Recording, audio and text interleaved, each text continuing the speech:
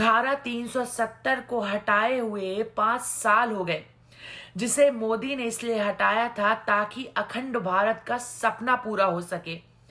लेकिन कपिल सिब्बल, जो कि कांग्रेस के शीर्ष नेता हैं, आए दिन सुप्रीम कोर्ट में ही बैठे रहते हैं ताकि धारा 370 को कश्मीर में वापस बहाल किया जा सके।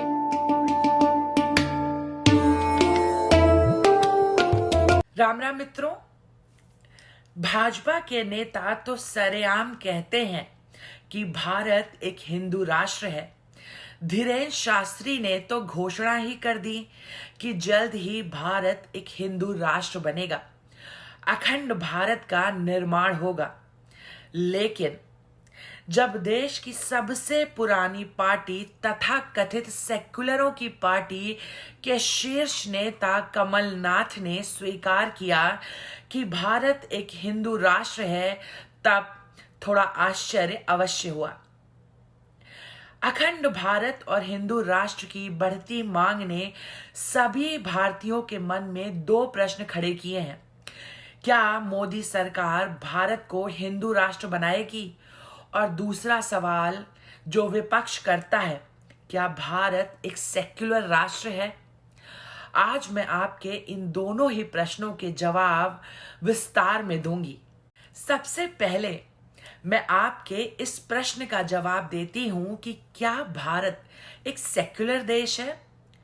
कुछ उदाहरण मैं आपको देती हूं, अंत में आप स्वयं सुनिश्चित करें कि भारत एक सेक्युलर देश है या नहीं। क्या आप इन्हें पहचानते हैं? बेशक पहचानते होंगे। ये ना सिर्फ भारत के बल्कि पूरे दुनिया में से सबसे अमीर इंसानों में से एक हैं। रतन टाटा एक पारसी हैं जो भारत के व्यवसाय जगत के राजा और हीरो दोनों माने जाते हैं।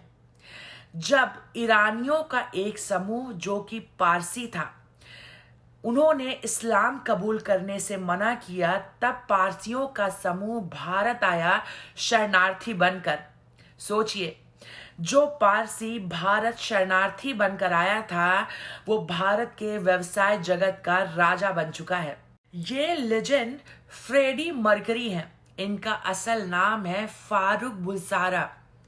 ये उसी पारसी समुदाय से आते हैं जिस पारसी समुदाय को भारत ने ना सिर्फ स्वतंत्र जीवन जीने का अधिकार दिया, बल्कि खुलकर अपने धर्म का पालन करने का भी अधिकार दिया है। जिस देश का बंटवारा धर्म के आधार पर हुआ, जिस देश की आबादी 80% हिंदू है, उस देश में पहला शिक्षा मंत्री एक मुसलमान को बनाया गया, मौलाना आजाद। ये हैं SHFJ मानेकशॉ, जो कि एक पारसी हैं, इंडियन आर्मी के पहले फील्ड मार्शल। यह कोई ओपेरा हाउस नहीं है, यह दुनिया के सबसे छोटे धर्म बहाई का मंदिर है। यह दिल्ली के केंद्र में स्थित है। ये हैं अजीम प्रेम जी। ये एक मुसलमान हैं। ये भारत के 6ठे सबसे अमीर व्यक्ति हैं। और सबसे जरूरी बात, अजीम प्रेम जी जो एक शिया मुसलमान हैं, इनकी दोनों बहुएं हिंदू हैं। मैंने आपको कुछ उदाहरण दिए हैं, अब आप स्वयं सुनिश्चित करें कि क्या भारत एक सेक्युलर देश है या नहीं। देश के कोने कोने में जैन मंदिर हैं। आप अमृतसर के गोल्डन टेम्पल जाएंगे तो आपको सिखों से ज्यादा हिंदू नजर आएंगे। अब बात करते हैं कि क्या मोदी भारत को हिंदू राष्ट्र बनाएंगे। तो मोदी भाजपा लगातार इस प्रयास में है कि अखंड भारत का निर्माण हो। भाजपा के नेता सरेआम खुलेआम कहते हैं कि भारत एक हिंदू राष्ट्र है। हाँ, मोदी पर्दे के पीछे से काम कर रहे हैं। मोदी ने मंदिरों का पुनर्निर्माण किया, चाहे उज्जैन का महाकालेश्वर हो, काशी विश्वनाथ हो। राम मंदिर का भव्य निर्माण चल रहा है। अयोध्या हो गया, काशी मथुरा अभी बाकी है। हिंदू राष्ट्र का निर्माण हो, इसीलिए मोदी सरकार ने CAA और NRC लाया। अब यूनिफॉर्म सिविल कोड लेकर आए हैं, लेकिन कांग्रेस और विपक्ष इसका पुरजोर विरोध करती है। मोदी अगर चाह ले तो भारत को हिंदू राष्ट्र बनाने के लिए मात्र 2 दिन लगेंगे। पहले तो संविधान में संशोधन करना होगा। पहले दिन लोकसभा में विधेयक पेश करो और उसे पारित करो। दूसरे दिन राज्यसभा में विधेयक पेश करो और उसे पारित करो और राष्ट्रपति से मंजूरी ले लो और बन गया भारत अखंड भारत हिंदू राष्ट्र। लेकिन आपको क्या लगता है कि क्या विपक्ष के नेता राहुल गांधी कांग्रेसी इस देश को हिंदू राष्ट्र बनने देंगे, जो सरेआम बेशर्मी के साथ सनातन विरोधी लगातार बयानबाजी कर रहे हैं अल्पसंख्यकों के वोट और तुष्टीकरण के चलते? आपको याद है जब मोदी ने देश में CAA और NRC लाया तब इस देश का मंजर क्या था? दिल्ली में हालात कैसे हो गए थे? अब यूनिफॉर्म सिविल कोड लाया है तो उसमें दिन रात बड़ी बहस चल रही है। धारा 370 को हटाए हुए 5 साल हो गए, जिसे मोदी ने इसलिए हटाया था ताकि अखंड भारत का सपना पूरा हो सके।